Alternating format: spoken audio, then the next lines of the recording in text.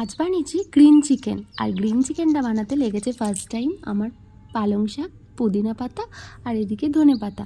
তিনটে শাক কিন্তু আমি একটু হালকা গরম জলে নেড়ে নিয়েছিলাম নুন দিয়ে। আর তার মধ্যে গ্রিন কালারটা আনা চাই, তাই জন্য নিয়ে নিয়েছিলাম 2 টুকরো বরফ, কারণ বরফে আমাদের কালারটা গ্রিনই থাকবে। ওই জন্য এটা নামিয়ে নিয়ে নিয়েছিলাম একটু কড়াইতে সাদা তেলের মধ্যে একটু গরম মশলা দিয়ে ভালো করে নেড়ে ছেড়ে দিয়ে দিয়েছিলাম কুচো পেঁয়াজ, যেটা আমি একটু কুচিয়ে রেখে দিয়েছিলাম আগে থেকে ওইটা।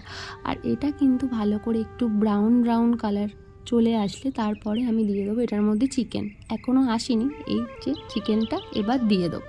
তারপরে এদিকে আমি ওই পেস্টটা করেছি, কোনটা যেটা হচ্ছে গ্রিন কালারের ওই পেস্টটা, ওইটা আর কাজুর, এটার মধ্যে কিন্তু একটু কাজু দিলে ভালো লাগে ওই জন্য। আর এদিকে আমি বেটে রাখা আদা রসুনের পেস্ট, নুন, চিনি, তারপরে একটু ধনের গুঁড়ো, একটু জিরের গুঁড়ো, একটু হলুদ সামান্য, যেটা তোমরা একটুখানি দেবে, যেটা হলুদ সেটা হচ্ছে একটুখানি দিয়ে ভালো করে নেড়ে চেড়ে কষিয়ে নেব। আর হ্যাঁ, ওদিকে যে পেস্টটা করে রেখেছিলাম যেটা কাজুর, ওইটাও আমি দিয়ে দিলাম।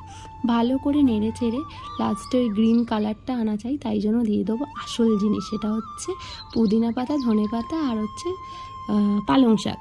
এই তিনটে পেস্ট দিয়ে তারপর নিজের হাতে তৈরি করে রাখা গরম মশলার গুঁড়োটা দিয়ে দিলাম। আর এদিকে আমার গ্রিন চিকেন হয়ে গেল। আর গ্রিন চিকেনটা বানাতে কিন্তু একদম কম টাইম লেগেছে, তোমরাও কিন্তু বাড়িতে ট্রাই করো। আর হ্যাঁ, কেমন হয়েছে রেসিপিটা বলো। Tata, good night everyone.